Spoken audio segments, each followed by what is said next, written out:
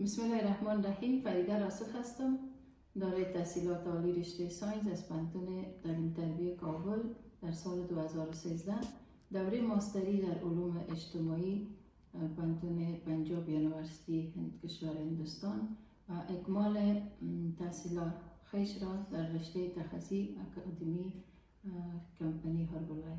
من در شروع 97 کیلو بودم، وزن بسیار زیاد داشتم. مشکلاتی که داشتم سردرد و پایدرد، کمردرد، بعض مشکلاتی که داشتم بسیار به تکلیف بودم.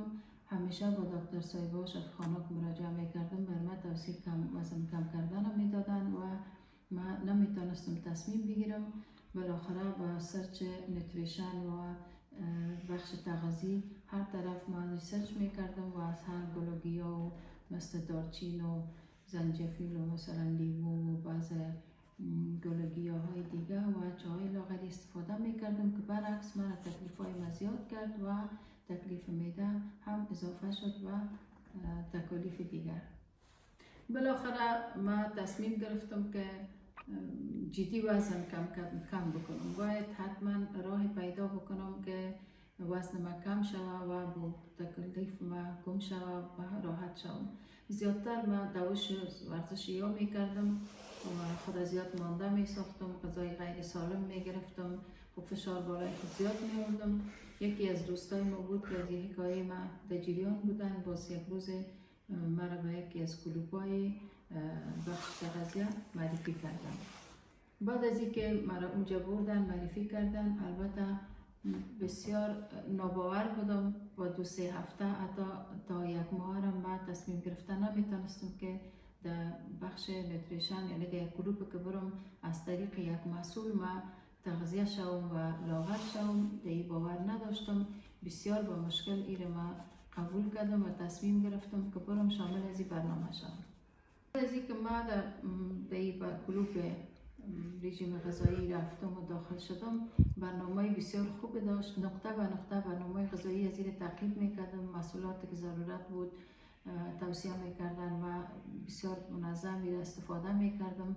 یعنی هدف کم کردن وزن ما گرفتم و اقدام کردم. بعد 3 ماه بسیار خوب به شکل استاندارد که با فرم و ماشین آنالیز و وجود انسان به چی چیزا ضرورت داره به استاندارد وجود ما لاغر شدم و خودم صحتمند شدم. یعنی یک انسان دیگه شدم. بسیار تغییر کردم، راحت شدم و بالاخره با تغییر خودم که ریفرانس خود بودم و ریفرانس بر مردم خود بودم و به همه دوستایی که در خارجی بود و یا داخلی بود همگی من دیدن، یعنی حیران ماندن و همه بر من ریفرانس خودم شدن و تغییرات ما دیدن، مراجعه کردن.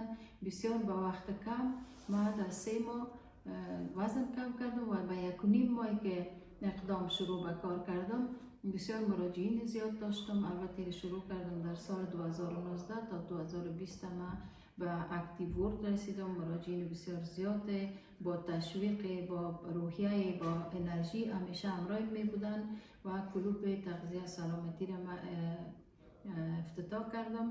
البته با همکاری و دعوت همه دوستای ترکیه و همه دوستا هموطنا همگی ما در این کلوب در روز افتتاح جمع آوری شدن و به دعای دوستا و دعای همی همکارا، دعای اطرافیان که ما یعنی زحمت خود ما دیده بودن، تشویق شده بودن، دیگه با دعای از اینا تا امروز بسیار زود پیشرفت هم کردیم و در بخش تغذیه بخش اکادمی از این موفقانه خلاص کردم. هر بخش از این، هر مواد و هر مسئولی که بود ما ریسرچ و تحقیق و شامل برنامه اکادمی، همچنان اسنادهای رسمی از این یعنی به دستاوردهای ما بود.